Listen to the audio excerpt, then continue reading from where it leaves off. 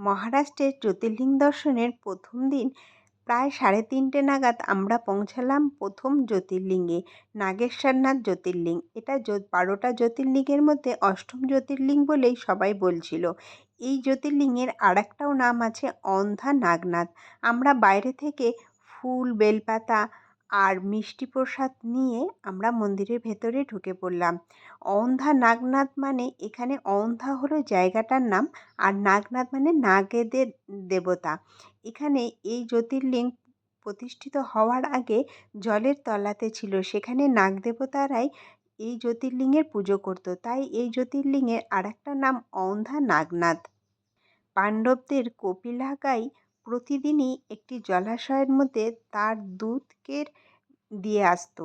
সেটাই দেখে একদিন পাণ্ডবরা গিয়ে সেই জলাশয়ের মধ্যে তাদের গদা দিয়ে চারপাশে ভাগ করে দেখে সেখানে জ্যোতির্লিঙ্গ আছে। তারপরে এই মন্দিরের প্রতিষ্ঠা করে।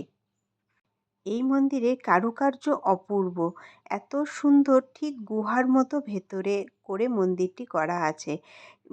এটা একরকম, প্রথমে তুমি একটা গুহার মধ্যে ঢুকবে, এই কারুকার্য দেখে লাইন করে যেতে যেতে তারপরে যেখানে শিবলিঙ্গ আছে সেটা তো একদমই ভেতরে ছোট্ট একটা গুহা।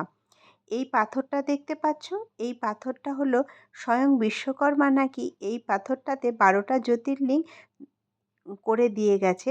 যারা এই পাথরটা দর্শন করলেই 12টা জ্যোতির্লিঙ্গের দর্শন করা হয় বলে এখানকার গাইডরা বলল। এইখানে অনেক রকমের মূর্তি করে করে গোটা মন্দিরটি ঘিরে দেওয়া আছে। এই মন্দিরটি বিভিন্ন রকমের মূর্তির কারুকার্যে ঘেরা। এই মন্দিরটিকে পুরোটাই ধ্বংস করে দিতে চেয়েছিল ঔরঙ্গজেব। পুরো ওপরের দিকে স্ট্রাকচারটা একদমই ভাঙা, নতুনভাবে তৈরি করে দিয়েছেন অহল্যা রানী। এটা দেখছো, এটা হলো এই মন্দিরের পুকুর। যেই পুকুরেরটারও একটা আলাদা মাধুর্য আছে।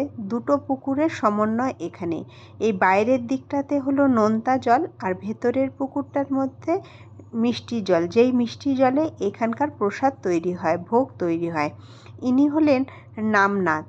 ইনি এই ভক্তের জন্যই এই মন্দিরের একটা অপূর্ব ঘটনা ঘটে, যেটা হলো এই মন্দিরটি বর্তমানে পশ্চিম দিকে মুখ করা।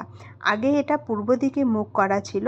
নামনাথ পূর্ব দিকের গেটে বসে কীর্তন করতেন, তো এখানকার ব্রাহ্মণরা রামনাথকে সেখানে বসতে না দিয়ে পশ্চিম দিকের মুখের মন্দিরের গেটের বাইরের দিকে ওনাকে বসতে দিয়েছিলেন কীর্তন করার জন্য।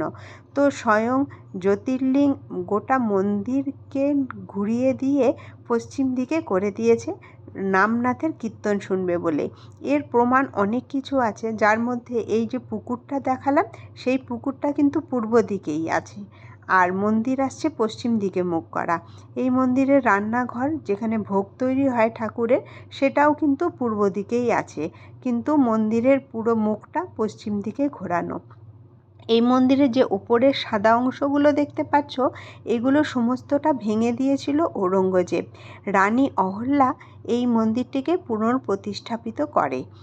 এই জন্যই বোধহয় ঔরঙ্গজেবের হাত থেকে বাঁচানোর জন্যই নাকি মন্দিরের এই একদম গুহার, ছোট্ট একটা গুহার মধ্যে জ্যোতির্লিঙ্গ প্রতিষ্ঠাপিত। এখানে প্রত্যেক মন্দিরেরই নতুন নতুন কিছু কাহিনী থাকে, জানতে পেরে ভালো লাগে। এটা এই মন্দিরের জ্যোতির্লিঙ্গ।